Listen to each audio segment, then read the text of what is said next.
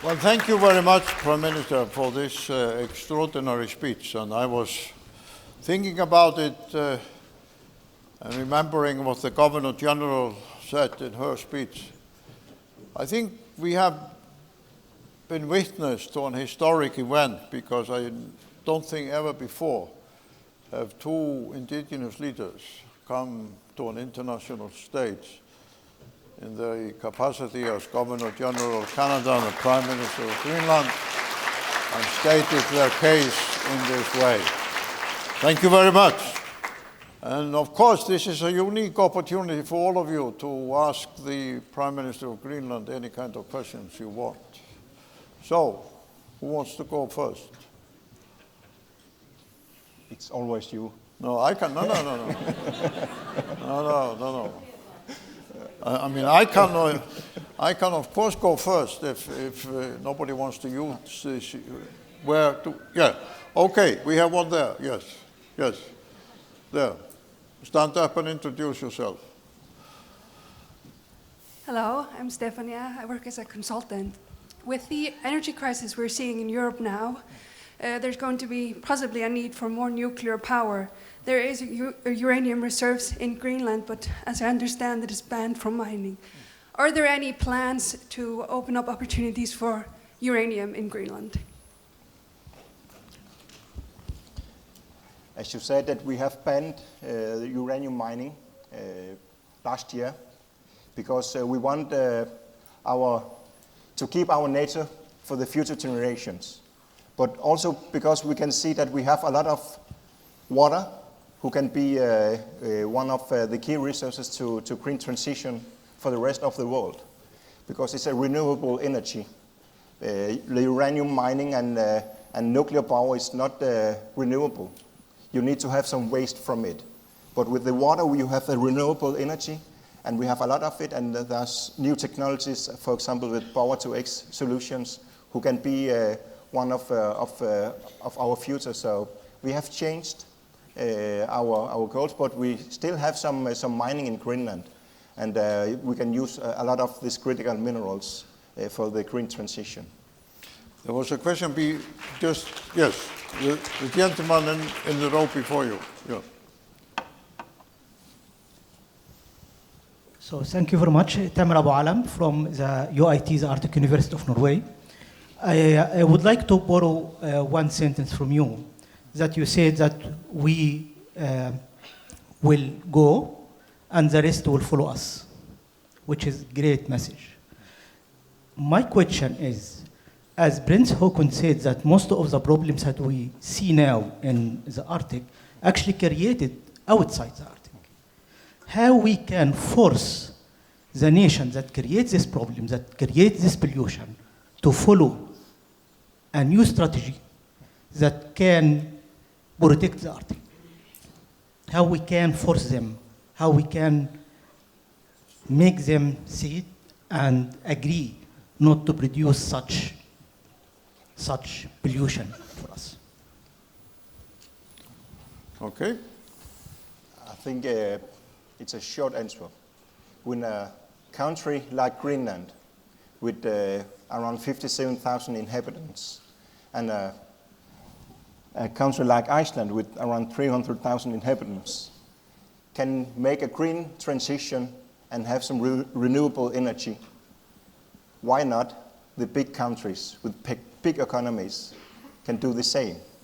So just a message to them: if we can, you can.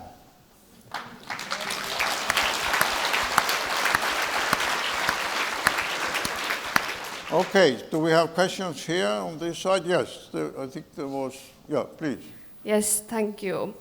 My name is Aada Koistinen. I'm from Finland, and I work in a project called Operaatio Arctis. We call for geoengineering and climate repair research, and we have a session tomorrow morning about the possibility of refreezing the Arctic. According to this recent study in the journal Science, Greenland ice sheet... No, come on. The microphone is not to advertise your session, so just put your question. Sorry? Yeah, please, yeah. The Greenland ice sheet might have already crossed its tipping point, which means that it could melt even without further heating. And it becomes probable when 1.5 degrees of warming will be reached. And it will happen approximately in 2030, according to this study. So, do you have any comments or thoughts on this, since this reality is often not recognized in these discussions?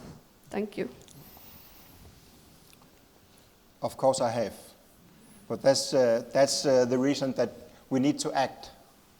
As Greta Thunberg said for some years ago, it's not time for blah, blah, blah, it's time for action. So that's my answer. It's very interesting about various leaders from the Arctic and the North. They are pretty blunt. I think the world would be better if others followed that example. Yes, let's have a question there. Yeah. Hi, my name is Christian Daljur, and I'm from Norway. And my question to you is, how will you prevent young people from leaving Arctic societies? Thanks.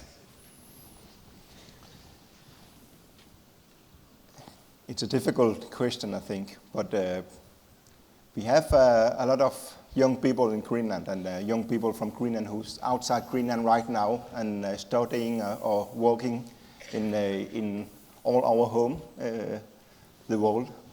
But the way we do is to make some growth, sustainable growth, and I think it's the way to keep the young people to stay in the Arctic region.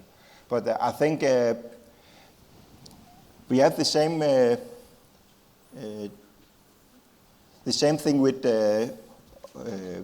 that young people is moving to the big cities, and they want some growth, and things may develop like the way they think. So I think the best way is to listen to the young people, what they want, to keep them in their home. Let me finally ask you this. You said in your speech you welcomed cooperation, but on your terms. It's a pretty powerful statement, on the terms of the people of Greenland. You were isolated for centuries, we all know that. And all of a sudden you are thrust to the center stage of this new geopolitical, economic situation.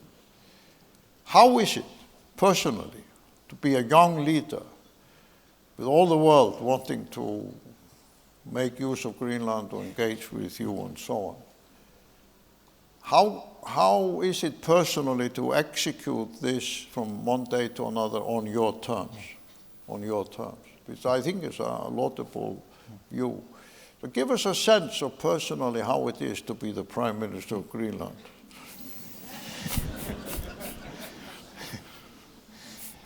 It's a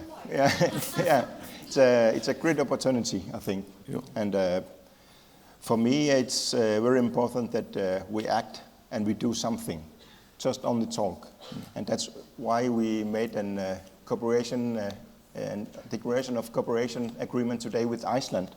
We talk about it in April, May, and we have made a plan, and that we say that we need to have some agreement, just only talk about it. So we did that today. So I think this is the way to do it on our way, and I think it's more than important now that we have a clear message for the rest of the world that it's important to have the democratic values, the human rights, and so on to keep progress in the rest of the world. Thank you very much, and congratulations on the new agreement between Iceland and Greenland. Thank you.